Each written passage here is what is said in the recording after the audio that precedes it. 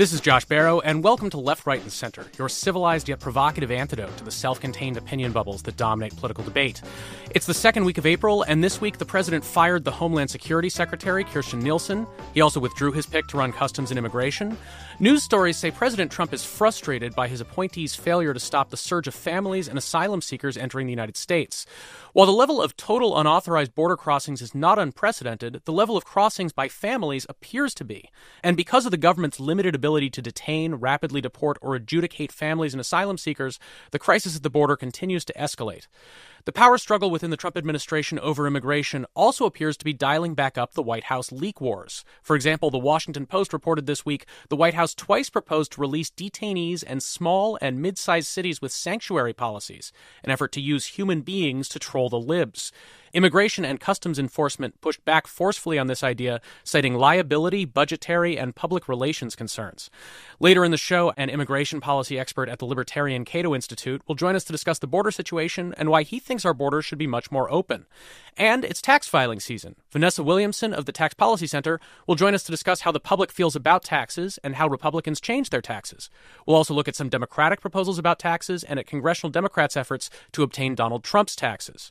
Now let's bring in our Left, Right, and Center panel. As always, I'm your center, and I'm joined by Rich Lowry, editor of National Review on the right, and on the left, Elizabeth Brunig of the Washington Post. Hi, Rich and Liz. Hey. Hey, Josh. So, Rich, what was your top story this week? Well, we learned that people don't like the word spy, especially when it's used by Attorney General Bill Barr regarding the Russia investigation and some Trump campaign officials or former campaign officials that were caught up in it. This seems to me somewhat ridiculous controversy. The word spy, it's a pejorative way to say surveil, but it basically means the same thing. And what Attorney General Barr was getting at, as he clarified in the course of this hearing where he said this stuff, is that he wants to know whether the surveillance of the Trump officials was properly predicated. And I think that's an entirely legitimate matter to look into. The Mueller investigation was a national trauma for 2 solid years. So we should be willing to find out and release various documents that get to what were the roots of this and how it was conducted.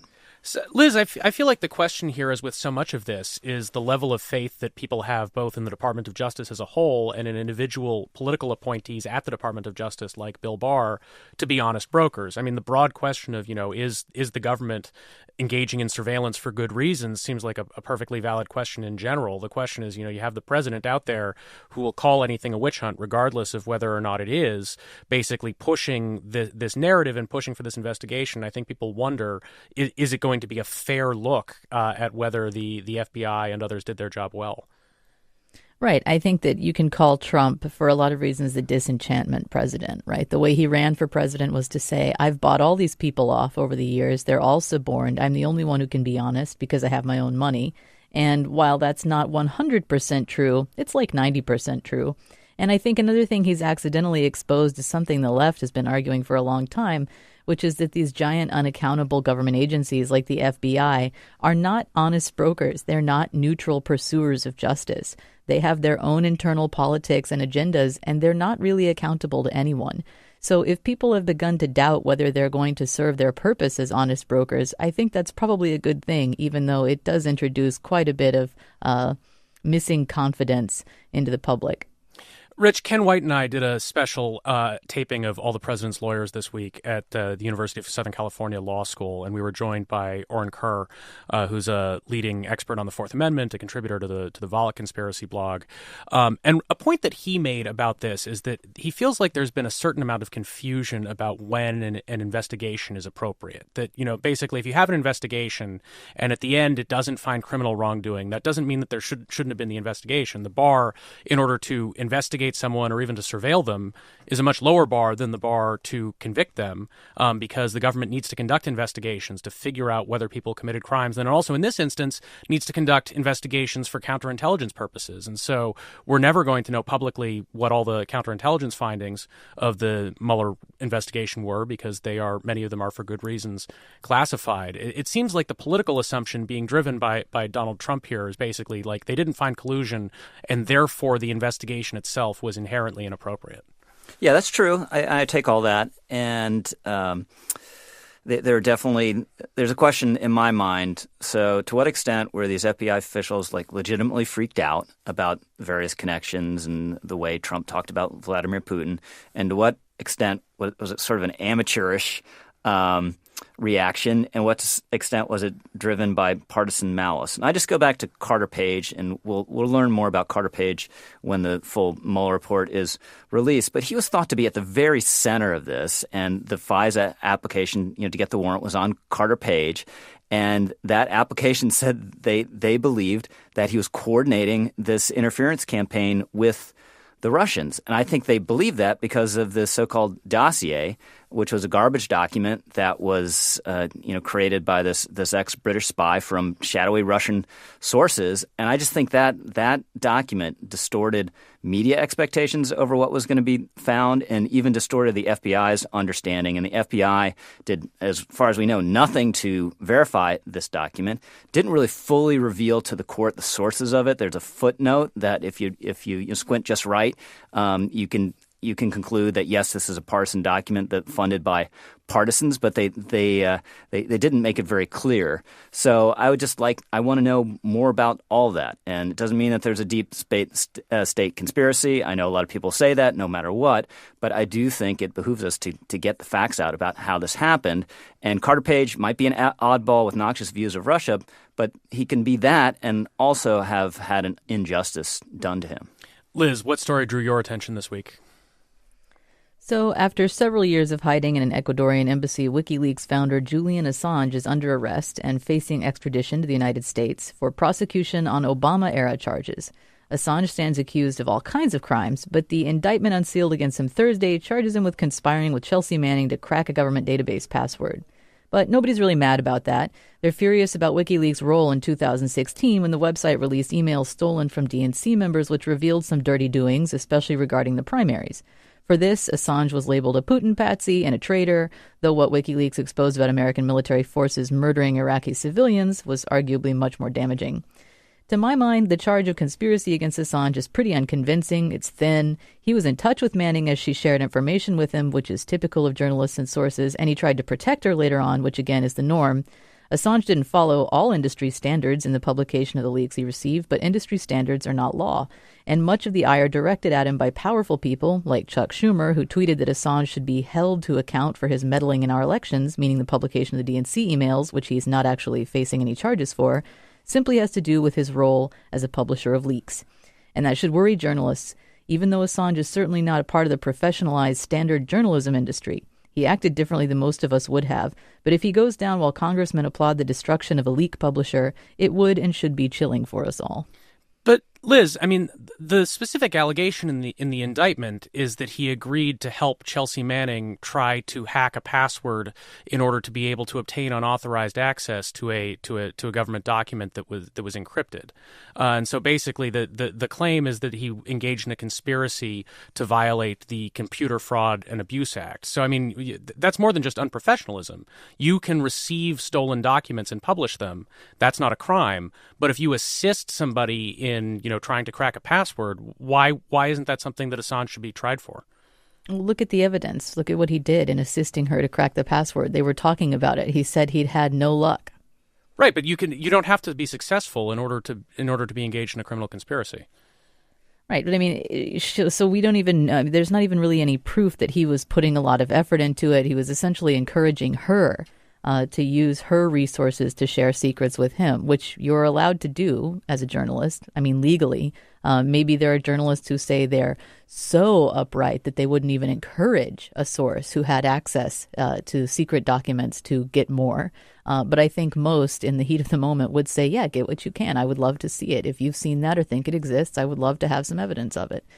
So, I mean, I think the case is thin. And I think furthermore, even if it is a single technical charge, you can see what people who actually have political power are angry at him about. And it's not this potential involvement in a two-person conspiracy to crack a password. It's the fact that he published damaging leaks that were embarrassing for the United States, and that's disturbing. Rich, the president who was so eager about WikiLeaks during the 2016 campaign, and I should note that as I've noted previously on the show, a substantial number of my husband's emails were released in that 2016 DNC hack, so I have an emotional attachment to that. Although I did not care for the WikiLeaks approach, and especially the cables leaks that Manning was behind many years before there was any personal involvement for me. I think the Edward Snowden stuff is a closer call. I don't think that the Manning leaks were well founded as a moral matter, but what do you make of this as a legal indictment of Julian Assange? Well, first, just on the moral question, I thought he was an anti-American dirtbag with the initial tranche of leaks that he worked with Manning on, and I thought he was an anti-American dirtbag when WikiLeaks was releasing these Democratic emails during the campaign. So I have no use for this guy. And it's been really disturbing how both sides have wanted to lionize him or look past his flaws when his leaks were in their interest or something they supported or his work. So the legal question, the Justice Department is trying to sidestep the First Amendment issue, and they're making this distinction, which I think is a legitimate one, between are we going to prosecute him for being a publisher, which does get into really thin ice, and the question of what's the distinction between him and The Guardian and The New York Times and any other publication that publishes illegally obtained or leaked material all the time, or was he in on the act of theft? And what they're alleging is that he's in on the act of theft. Now, I take Liz's point. We don't know how much, how solid this is. He supposedly helped with trying to crack the password, but it's not clear how serious he was when he did that. So we want to learn more here. But also it's worth remembering the original charge that he was running from and that prompted him to hole up in the Ecuadorian embassy for 7 years was a rape charge. And his running away from this just forestalled that woman, and actually for a time there were two charges in Sweden, from getting her day in court. So again, this is to me a sign of just the low character of this guy. Yeah, I mean, Liz, that's one of the other questions here. Sweden, which had basically given up on that extradition attempt related to that rape charge, whether Sweden will now intervene and try to see whether they can try him in advance of the United States trying to. Yeah, I mean, I think that, again, you have to divide the specific complaint we're making about the prosecution of Assange as a publisher, or at least the persecution of Assange as a publisher in the narrow instance, from the fact that he's an enormous asshole and that everyone has good reasons to hate him. I mean, it's very upsetting when someone who is a horrible person and a bad actor in general happens to do something that triggers serious moral questions about good things. That's the unfortunate situation that he stumbled into. I wouldn't be friends with the guy. I don't think I'd even tweet at him. But he's definitely a guy who has opened up a discussion about the publication of government secrets in a way that I don't think damages democracy. I think it brings citizens a lot closer to understanding what the real activities of their states are. But I think that he's a horrible emblem for a movement. Let's take a break. I will be back with Rich Lowry of National Review and Elizabeth Brunig of The Washington Post to talk about immigration. You're listening to Left, Right, and Center. What do you think? Share your thoughts on today's show on our Facebook page or tweet us at LRCKCRW and download the KCRW app to listen to Left, Right, and Center on demand.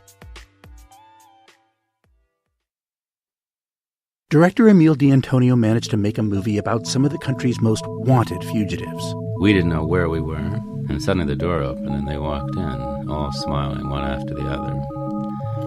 You know, it was a very rare moment in the life of a filmmaker. I mean, it was a much bigger moment than having Robert Redford and Marlon Brando walk in, I assure you. This week we go underground on The Document, KCRW's mashup of documentaries and radio. Get it wherever fine podcasts are downloaded. Back again with Left, Right, and Center. I'm Josh Barrow of New York Magazine. On the right is Rich Lowry, editor of National Review. On the left is Elizabeth Brunig, columnist at The Washington Post. The New York Times ran a front-page story this week about the crisis at the border that I think runs counter to a lot of the political narratives you hear from Republicans and from Democrats. The Times says the immigration system may have reached a breaking point. While illegal immigration is not at record levels, the kind of people seeking entry to the United States has changed in a way the government has not been prepared for. The number of people seeking asylum in the U.S. has tripled since 2008. Often they're coming from Central America as entire families, putting pressure on a system that's not prepared for them. Families can't be humanely detained for an extended period. They usually can't be quickly deported. And when they have asylum claims, it often takes the courts years to adjudicate them. The president's ideas about what to do about this problem are often illegal and or impractical, such as stopping people from applying for asylum or shutting the border altogether. So what else might be done? To discuss that, we're joined now by Alex Nowrasteh. Alex is Senior Immigration Policy Analyst at the Libertarian Cato Institute. Hi, Alex. Thanks for joining us. Thank you for having me. So, Alex, I want to ask first about this leadership turnover we've been seeing in the last week, with Kirstjen Nielsen getting fired from the Department of Homeland Security, the president withdrawing another top immigration policy appointee. What is going on here? The impression from the outside seems to be that the president is upset when people tell him that he can't do things, that things are illegal, that he wants to appoint people who will basically do whatever he tells them to do. Is that something that's going to work for him? Is he going to be able to essentially assert more political control over these agencies and get them to disregard laws, and what would that look like? Well, I think he's certainly moving in that direction, and he probably will eventually find somebody who will go along with that. However, this is when I say thank goodness for the courts in the United States. So anything that they do, anything that DHS does, will be challenged, as many of the actions taken by this administration have been challenged over time. But I want to say something also what's going on here. I don't usually say this about employees at DHS, but I do feel bad for Nielsen in a way, and for her predecessors, and for whoever, and for the people who are following, because their job is essentially an impossible one. They are trying to get in the way of the flow of workers and asylum seekers from Central America to the United States, attracted by prosperity here, and they're trying to stop that international flow, and that is a nearly impossible task. It's very difficult, especially under current laws. So that's basically the only word of sympathy I have for them. Rich, what do you see as the purpose of these personnel changes? Has the president been badly served by these appointees? Is he going to be able to have a more effective policy if he changes who's in charge? Well, I think a lot of this, obviously, is she was presiding over this enormous new flow of illegal immigrants at the border, and it was driving Trump crazy, and it's a little bit firing a coach because his team is losing, even if he doesn't have that much to do with it. Plus, I don't think he really liked her very much to begin with. But there are arguments within the administration that more could be done internally and bureaucratically to, at the margins, help the situation. There's a focus on the so-called credible fear interviews, that are the first step of the asylum process, that the migrants from Central America, on average, they pass about 90% of them pass the credible fear interview, although very few of them will actually ultimately get asylum. So the thought is that more can be done to tighten up there. But the basic problem is the laws, and especially the laws and the loopholes around this particular subset of migrants from Central America that are part of family units. You don't see a huge flow from Mexico, in part because Mexico's in better shape than it was 10 or 20 years ago, but also because these rules and loopholes don't have the perverse effect with Mexican migrants that they do with Central American migrants. So this particular subset of migrants that we basically have to wave into the country and we'll never see again and we'll never deport, and they all know that, and that's why they're coming and reacting rationally to the incentive. Liz, you get this odd dynamic often with personnel changes in the Trump administration where people on the left will strongly criticize appointees, and I think Kirstjen Nielsen has come in for a tremendous amount of criticism over her handling of the border from the left. And then as soon as they're leaving, I don't think people have changed their mind and decided that they liked Kirstjen Nielsen, but there is a strong element of concern that whoever replaces her could be a lot worse. Yeah, I mean, I think that's something you always have to have reasonable concerns about when Trump appears to dismiss someone because they won't act illegally or act on whatever sort of authoritarian impulse he's trying to push through the administration. With Kirstjen Nielsen, I mean, it's hardly the case, like you said, that the left has been sympathetic. I think that the left actually has been pretty vocal in calling for her to be, all but blacklisted from any future employment in order to dissuade anyone from taking that position who might come in for similar criticism. Alex, one story we've seen this week, and it sort of looks like the set of leaks you tend to see after personnel fights within the administration, some embarrassing stories about things the White House has tried to do on immigration. And one was this Washington Post story saying that the White House twice floated this idea that they wanted to take detainees from the border who were being released and send them to sanctuary cities, release them there basically as a political statement or a gotcha against liberals. And it described, to your point about the staff pushback that there was against this, but it also struck me that, this is an overwhelmed government apparatus. And so if they had the sort of resources they would need to basically be busing detainees all over the country to release them in Berkeley or whatever, they would also have a lot of the resources that they would need to be dealing with the crisis that seems to be overwhelming them. That's probably true. I mean, dollars that can be spent on buses could also be spent on hiring more interviewers or more detention space, etc. But there would require a lot more of that to do it. What I was more disturbed by in that report is that folks in the White House who claim to be, American nationalists looking out for American citizens who think that illegal immigrants are very dangerous, want to then bus them to American communities where people vote Democratic and who have sanctuary policies, in part as a gotcha to say we're going to dump a bunch of violent people in those communities, as if they really think that they don't matter that much. Now, of course, the evidence is that illegal immigrants have much lower crime rates than native-born Americans do. So from my perspective, I wouldn't be much worried about that. I mean, if they want to send those folks to my community in Northern Virginia, I'd be happy for them to do that. But I think it speaks to sort of a cynicism in this administration and in a meaning of basically the idea that a lot of their fellow citizens in sanctuary cities around the country don't really matter that much and could be used for political purposes. So then what is your view about how you would deal with this situation? If you have large numbers of people fleeing unrest and violence and poverty in Central America, what should the U.S. government policy be if it's not, trying to reduce that flow?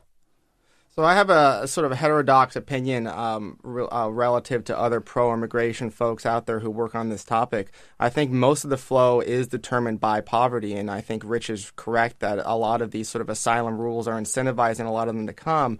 But the reason why we got a handle on Mexican illegal immigration was because we massively expanded the number of H-2B and H-2A visas to Mexicans, which are temporary seasonal work permits. So we essentially turned a Mexican illegal migrant flow into a legal worker flow.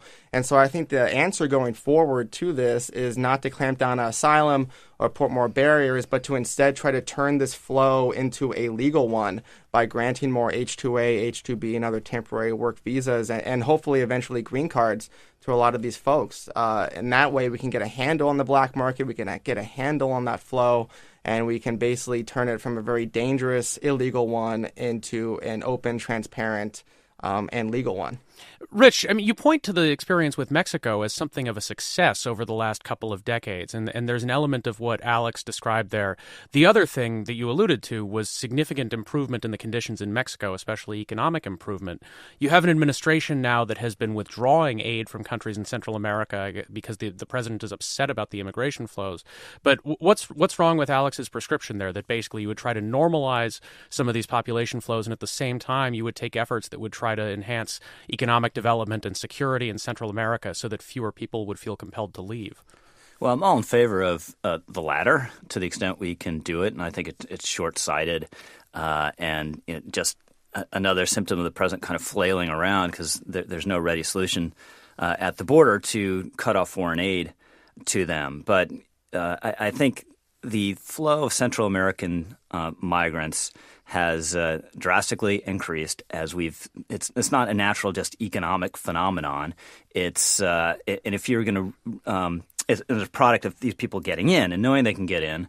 So if you stop that, the flow would at least diminish. But if you're just going to say whoever comes, we're going to find a way to find a legal manner for them to come in, you wouldn't be at 100,000 a month. You'd be much higher than that. You'd be removing basically all risks that you might not get in and making it much easier. And everyone coming from Central America, they know their lives will be better in the United States. And the question is, so it's good for them. The question is whether it's good for us. And I don't like people who depict these immigrants as budding criminals. I mean, there are people who do come here. They'll take jobs. They'll want to work. But is it really good for us to increase our population of people without high school diplomas when we already have a lot of people without high school diplomas in the country who are struggling? So why would we deliberately go out of the way to increase and flood that part of the labor market? That makes zero sense to me. Liz, every so often, Bernie Sanders will make a comment about immigration that will get discussed in the media sort of as though it were a new conservative position when it's in fact, I believe, basically his consistent position for decades, which is acknowledging a trade-off between domestic job market and fiscal priorities and the level of immigration. He will say open borders is a Koch brothers proposal. I strongly suspect that you, Liz, favor a higher level of total immigration than Rich does, that Bernie would favor a higher level of immigration than Rich does. But is that a real concern for people on the left, that there's a limit to the sort of the practical amount of immigration that the U.S. can handle? And what is that practical limit? I mean, I think that's the debate, right? So you have different points of view on the left, as any political strata, and some people on the left do favor something like an open borders proposal. Even that open borders point of view has a mix of positions within it, with some people favoring sort of unlimited citizenship and some people favoring sort of work certifications and registry, and others having a totally different approach. And then you have other people on the left who do think, well, right, there's a rate at which immigration should occur. It's a much higher rate than Republicans are proposing. But it is a rate that does have a limit, and that number is where the debate occurs. Insofar as Bernie is concerned, I mean, he doesn't favor open borders. That's essentially what he said last week, I believe. But there is no Democrat running that I know of who is actually proposing open borders. Alex, do you see a practical limit to the amount of immigration the United States can allow if we basically went to people in Central America and said, if you want to come work here, go ahead, come and do so? Is there a practical limit to what we should allow? I think there is a limit, but I think these limits are determined more by the demand for these folks in the United States, for perhaps their impact on culture and institutions in the United States, etc. I don't think it's quite a limit that can really be debated or measured ex ante in the halls of Congress, but in the same way that there's practical limits between how many people can move from California to Nevada or how many people can move from California to Virginia like I did, I don't think that's really a number that can be determined rationally, in the same sense that the amount of steel that can be made in the United States can be determined ex ante by a government planning board. I don't think that we can determine the optimal number of people that should be here or that should immigrate here to the United States either. I'm sorry. I mean, it sounds like you're saying that that a limited number of people would actually immigrate, which is surely true. The question is, should there be a policy limit on that? I mean, because that's how immigration policy is built now. There are effective limits on how many visas in given categories can be issued over a given period. Should there be such limits, or should it be unlimited? Well, I think the limit should be on quality rather than quantity. So these should be very harsh limits on trying to stop, say, criminals, people with serious communicable diseases, national security threats, and maybe some limits in terms of education or other such things, but not really a hard number limit. I mean, one of the other proposals I like out there is put forward by Gary Becker, the late Nobel Prize-winning economist, the idea that you basically have a tariff. You have an unlimited number of visas, but you charge a price for them.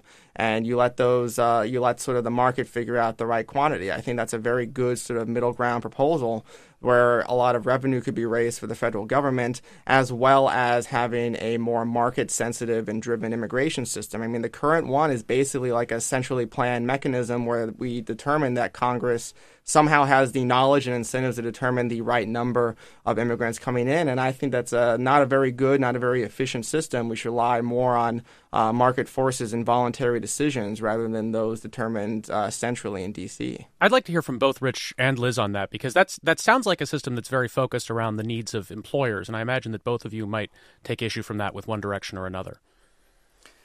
Yeah, so this would be a prescription for massive amounts of more low-skilled immigration, because the people that have the highest incentive to come here would be the world's poor, and employers would be happy to have them because it would depress wages and give them more low-wage workers. And just the question is whether that's actually good for us as a country and good for workers, both native workers and legal immigrant workers who are already here. And I think the answer is no. And people aren't products in the same way, getting an iPhone from China or wherever is. I mean, they have a cultural effect. They, consume health care. They go to schools. So it's a question just beyond the sheer economics of it. And I would oppose it even on economic grounds because I think the lower skill workers in this country have had a really hard time, at least over the last 2 decades. And I would like to see a really tight labor market for a long stretch of time to try to make up for the ground that's been lost. And this proposal would give us exactly the opposite and make the problem worse. Well, it seems like a market-based approach to immigration would allow businesses to essentially purchase visas and distribute them to workers they know they can pay much less or refuse benefits and so forth. I also think that one of the issues with a market-based approach to immigration is sometimes the people who most need to come to the United States, refugees, for example, cannot afford, or could not conceivably afford a visa. So in evaluating who we really need to take in as they flee violence, conflict, and war, I don't think price should factor into that.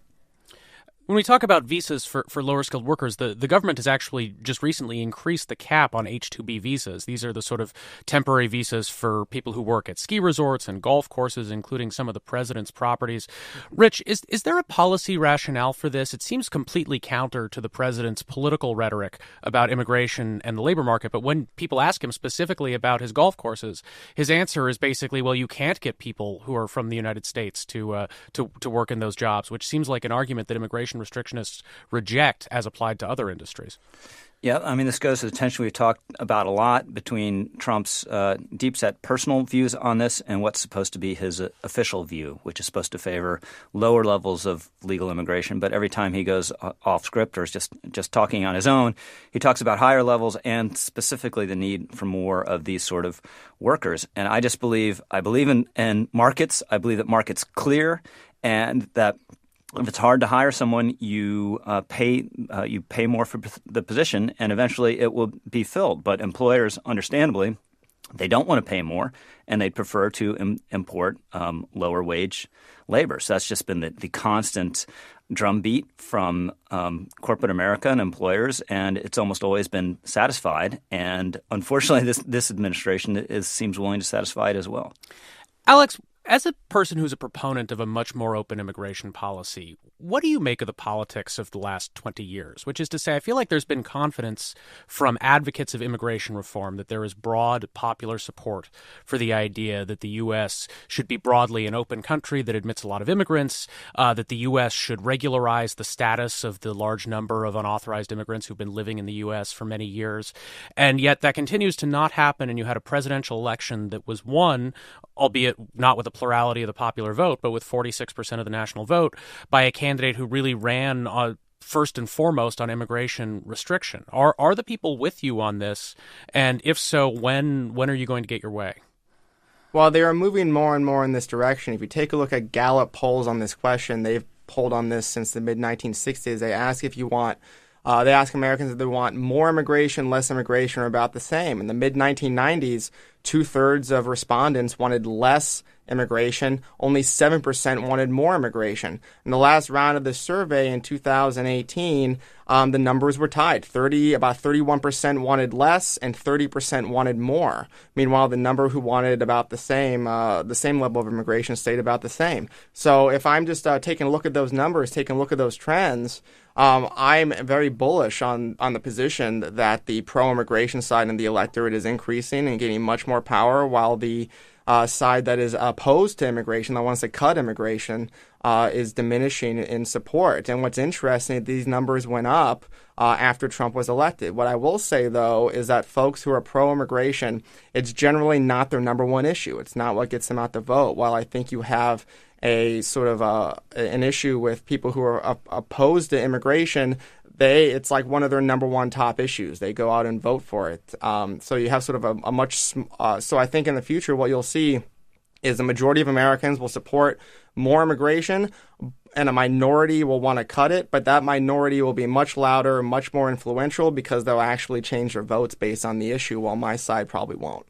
We're going to leave that there. Alex Narasta is Senior Immigration Policy Analyst at the Cato Institute. Thank you, Alex. Thank you for having me. Still with me are, on the left, Liz Brunig of the Washington Post, and on the right, Rich Lowry of National Review. And now it's time for Tweets of the Week. Sometimes it only takes 140 characters or maybe 280 to distill the spirit of the week. Liz Brunig, what's your tweet of the week? This week, the Event Horizon Telescope tweeted, "Scientists have obtained the first image of a black hole using Event Horizon Telescope observations of the center of the galaxy M87. The image shows a bright ring formed as light bends in the intense gravity around a black hole that is 6.5 billion times more massive than the sun." And that does distill the spirit of the week. Rich Lowry, what tweet struck you? My tweet is about Lori Loughlin, one of the parents and celebrities caught up in the college admissions scandal, and her Hallmark show has been re-editing old episodes to remove her from the program. And Yasha Munk tweets, "The behavior of the parents involved in the college admissions scandal was absolutely vile, but airbrushing an actress out of a television show because she participated in the bribery scheme is completely ridiculous." My tweet of the week is actually a tweet storm from Matt Iglesias of Vox. There is this sort of bizarre fake tournament bracket that is done once a year by the neoliberal account on Twitter, naming the top neoliberal shill in the world on Twitter. And Matt won that this year. And so one of his projects is to convince people that Bernie Sanders is actually a good candidate for neoliberal shills. And so Matt has an interesting tweet storm about Bernie's record as mayor of Burlington, Vermont, calling Bernie a centrist who constrained property taxes and cut wasteful spending, even engaged in public-private partnerships. That's a fun bit of trolling. I've been talking with Liz Brunig of the Washington Post and Rich Lowry of National Review. We will be back with Vanessa Williamson of the Brookings Institution to talk about taxes. You're listening to Left, Right, and Center. Join the conversation on our Facebook page or tweet us at LRCKCRW. Stream all episodes of Left, Right, and Center and other great shows at kcrw.com/podcasts. Hey, it's Ken White.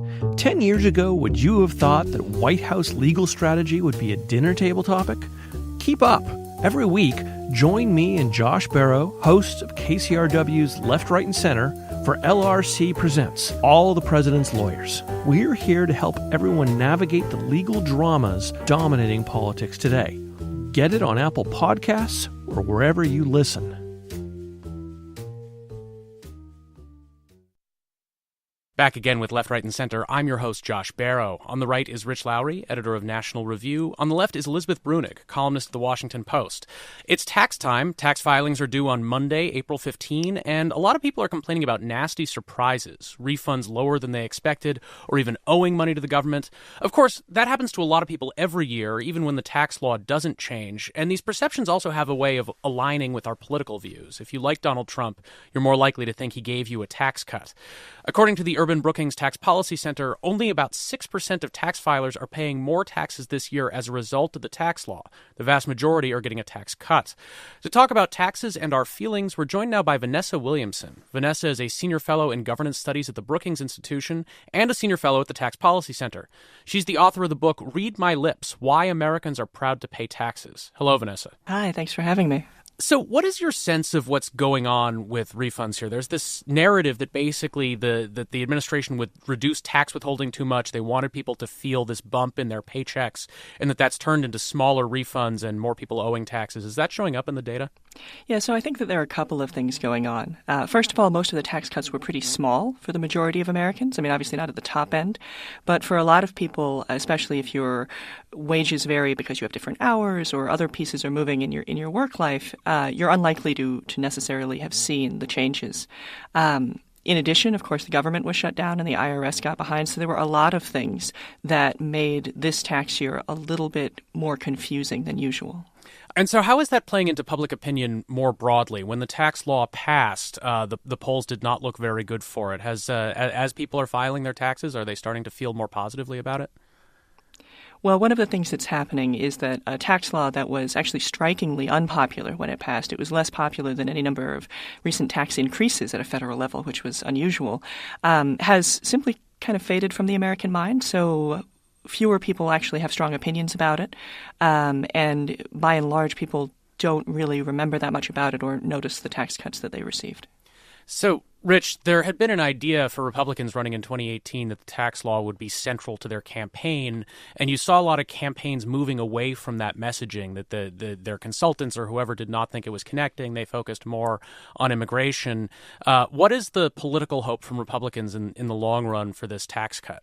There wasn't a huge demand for it in the first place, and as Vanessa points out, it sort of faded as an issue, and certainly saw that in the campaigns where even Republicans who were desperate to run on economic issues just realized it's just that the tax cut itself just wasn't that big a deal and wasn't cutting for them.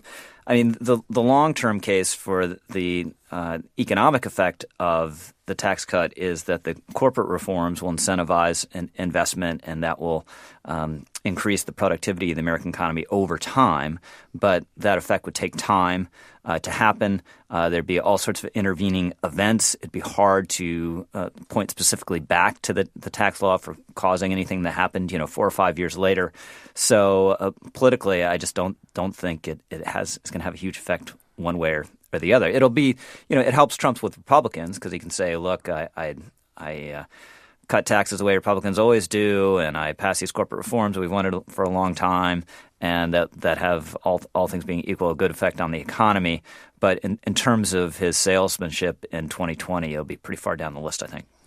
Vanessa, your book, right in the title, says that people are proud to pay taxes. I think people have this sense politically that taxes are something obviously that's unpopular, and especially proposing to increase them is unpopular. What's the argument about Americans feeling proud to pay taxes? Well, I think if you think more historically about it, it's been very common for people to use their status as taxpayers to demand representation in government, right? That's part of the founding myth of America. It's something you see all throughout our history. When women and African Americans sought suffrage, they often described themselves as people who paid taxes and therefore people deserving of representation. In the current moment, I think that it's really overstated the idea that taxpaying is unpopular. Being proud of something that doesn't mean that you're happy, but people do see taxpaying as an important civic responsibility. In fact, the rate at which people say that is extraordinary. It's almost a consensus. So if you ask people, do you think it's every American's civic responsibility to pay their fair share of taxes, you get something like 90+% approval, which is almost unheard of. So people really do see taxpaying as part of being a good citizen. Liz, do you see that folding into the Democratic Party internal conversation on taxes at this point? Because I'm struck, you have this new fashion for modern monetary theory, which is this sort of esoteric economic theory. But part of the reason it's come into fashion is that it allows you to make arguments that say we can greatly increase government spending and we may not actually need to raise taxes in order to do that. Is the environment more hospitable than people thought to go out there and say, here we want a more active government and we're going to tax you more to pay for that and it's going to be worth it? Well, I think modern monetary theory allows you to make any argument. Some MMT people say, we don't need to raise taxes. That's the beauty of it. And then some come back and say, but we absolutely will, just to reduce inequality, essentially, and cripple the power of the super rich.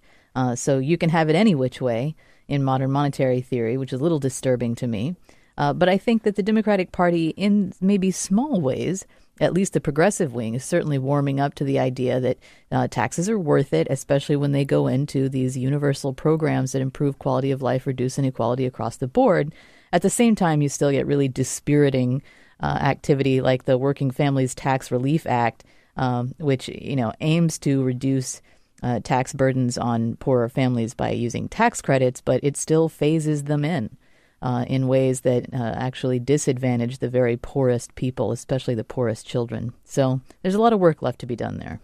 Vanessa, what do you get of the sort of menu of tax options that are being put out by Democrats? We've seen in the past week the single-payer bill that Democrats are looking at in Congress. Actually, they're calling it a menu of tax possibilities, including a new 4% payroll tax and then a number of new taxes that would apply to high earners and to corporations. At the same time, Kamala Harris is running for president on a large new tax credit for middle-income families that would be a large tax cut. Do you see the proposals that are out there sort of adding up in line with the spending that's also being proposed?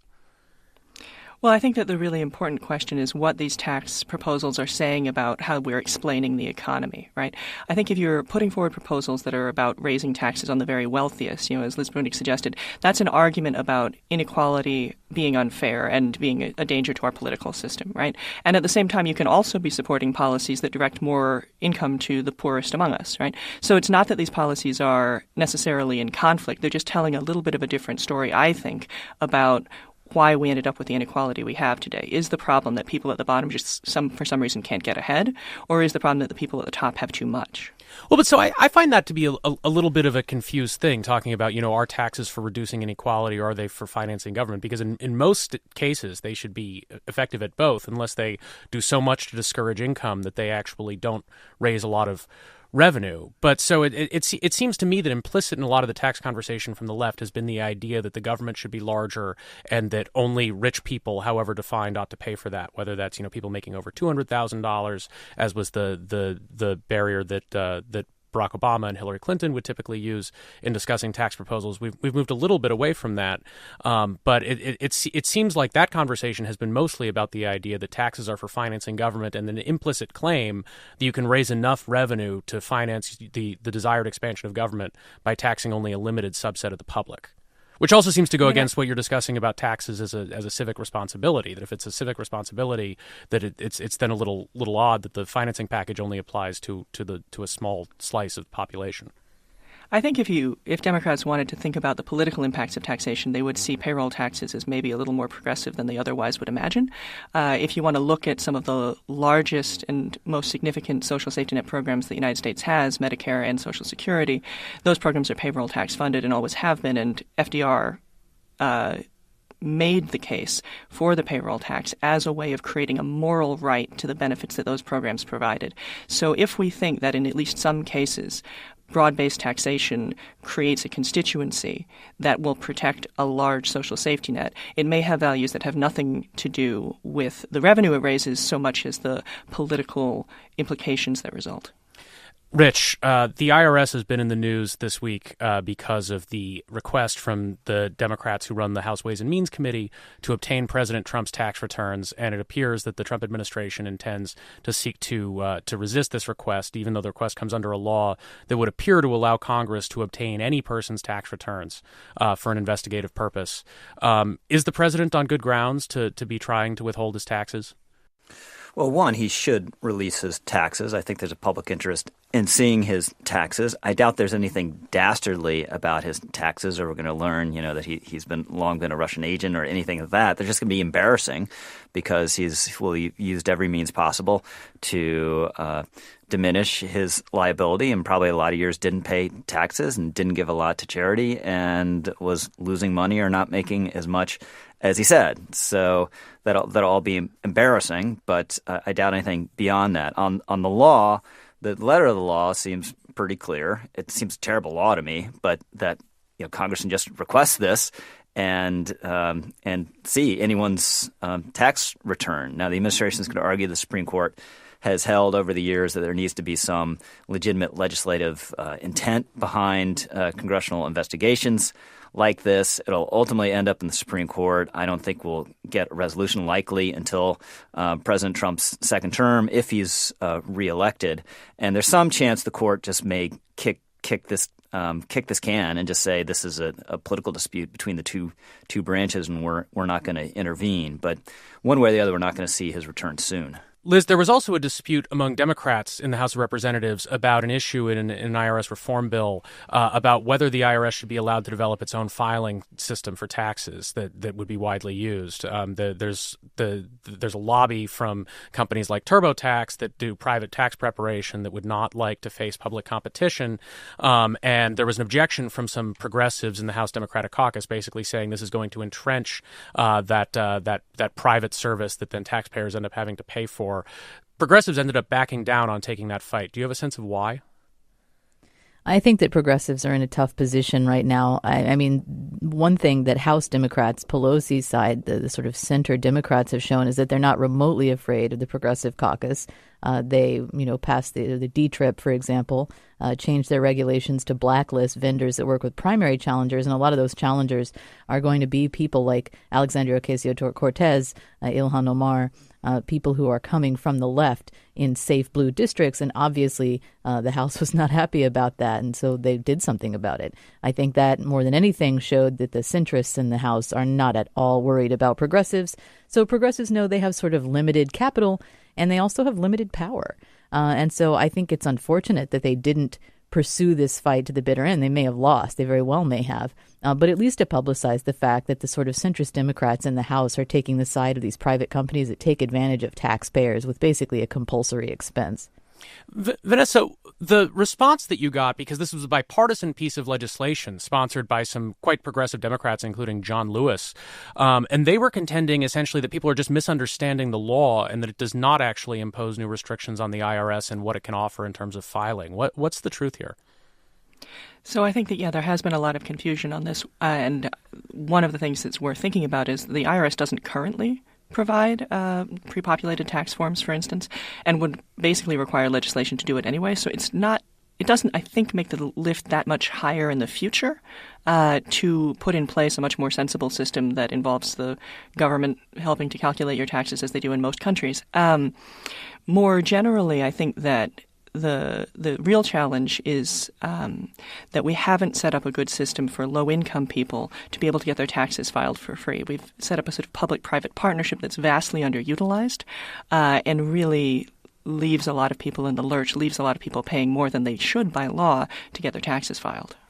Rich, my sense is that a certain amount of the resistance to pre-populated, easy-to-file taxes, where basically the government would take what it knows from W-2 forms from your employer and that sort of thing and send you what it thinks your 1040 form ought to look like, rather than you having to fill it out or pay for a service that will fill it out for you, is that conservatives want people to go through the experience of paying taxes, to think about what they're having to pay. They want it to be a little bit unpleasant because they think that makes people more resistant to taxes. Is that an unfair characterization?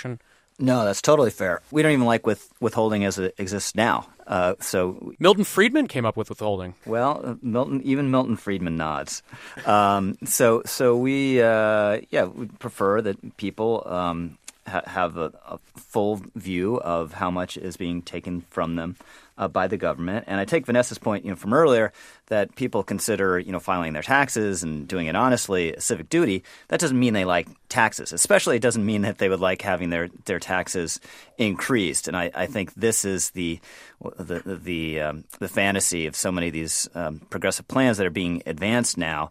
They're either not funded, or there's the hope that they can be entirely funded by taxing the rich in this country even more. And it's just not true. If you really want to support a European-style welfare state, you're going to have to, European-style, go further down the income ladder and get the money from the middle class. And as soon as you do that, the theoretical support for higher taxes will evaporate. We're going to leave it there on taxes. Vanessa Williamson, Senior Fellow at the Brookings Institution and the Urban Brookings Tax Policy Center, thank you for joining us. Thank you.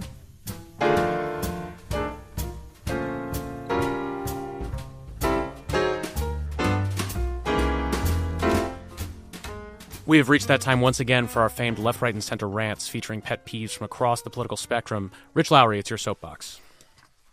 The chicken sandwich restaurant Chick-fil-A has been excluded from 2 airports in the last couple of weeks because it stands accused of giving donations to allegedly anti-LGBT groups like the Salvation Army. Yes, the Salvation Army that raises $2 billion a year from private sources and supports all sorts of programs like disaster relief and Christmas gifts for needy children. This is a vindictive and anti-constitutional campaign, and Chick-fil-A's critics don't necessarily need to eat more chicken, but they should leave the restaurant chain alone. Liz Brunig, what's your rant? So Bernie made $1 million on his book, and that translated into a lot of news declaring Bernie Sanders is a lying hypocrite. He's a millionaire. How can you be a yacht communist as they say, like the answer to a limousine liberal. And the answer is that there are a lot of socialists who are pretty well-to-do. FDR himself was an aristocrat. But I would take it easy on Bernie for this reason. He would support raising his own taxes in this instance. So the best way to deal with him if you're upset about him having made $1 million on a book in his 70s is just to vote for him and put him in office. For my rant, we've had another round in the cultural fight over Starbucks, and particularly whether Starbucks is a waste of money. The finance guru Susie Orman said that buying Starbucks is like pouring money down a drain. If you stop buying specialty coffee every day and instead save the money in a Roth IRA, you would have about $1 million at retirement, which is an exaggeration, but the number, even assuming a reasonable rate of return, a few $100,000, is substantial. On the other hand, what point is there of earning money but to spend it? People buy Starbucks because they like it, and if specialty coffee makes you happy, then go ahead, buy your Starbucks. That's what you made the money for. On the other hand, I still want to stick up for Susie Orman, because a lot of people find advice like this useful. She has a lot of followers. Dave Ramsey has a lot of followers. They give advice to people who are looking for ways to spend less and save more in their lives. And if simple rules like stop buying Starbucks work for you, maybe because you don't like specialty coffee that much, that's fine too. An advisory relationship has two sides. Just because somebody's out there giving advice that isn't good for you, that doesn't mean the advice isn't good for someone. That's all we have time for today. I want to thank Rich Lowry, Liz Brunig, Alex Narasta, and Vanessa Williamson. Left, Right, and Center is produced by Sarah Fay. Our technical director is JC Swadek. Katie Burskins and Colin Cab Washington are our production assistants. Todd M. Simon composed our theme music. I'm Josh Barrow. Thanks for joining us, and tune in next week for more Left, Right, and Center. Download and subscribe at kcrw.com/LRC, the KCRW app, or wherever you find podcasts. Left, Right, and Center is produced and distributed by KCRW. This season on Lost Notes from KCRW. How does it feel to be like a girl playing an instrument? Well, how does it feel to be a man asking stupid questions? I mean, what... Had I said no to this invitation from John Fahey, I would have for the rest of my life wondered what I had missed. We're thinking about Billy Tipton at a very interesting time because I don't know that young people and older people agree on the meaning of trans. I love you for the greatest, Sean. I love that it is an unholy album made with holy methods. Once I wanted to be. Hey everyone, I'm Jessica Hopper. I'm a music journalist, an author, and your host for Season 2 of Lost Notes. On Lost Notes, we look at music's untold stories. This season is packed. It's about legacies. How do they hold up?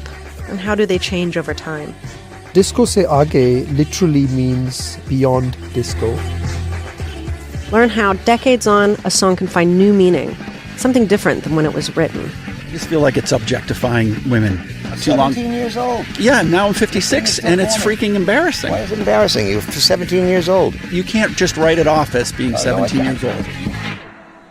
Hear from pioneering women who've been written out of music's history. I get there, and the producer says, well, no, we're not doing your music. We have a script here, and we want you to do the sound. Plus, find out what happens when we apply our 2019 politics to 1974's songs. We didn't think about it as we were an all-girl band, we were out to prove a point. We just lived the music. The first episode of this season of Lost Notes arrives April 25th. Subscribe now, wherever you get your podcasts.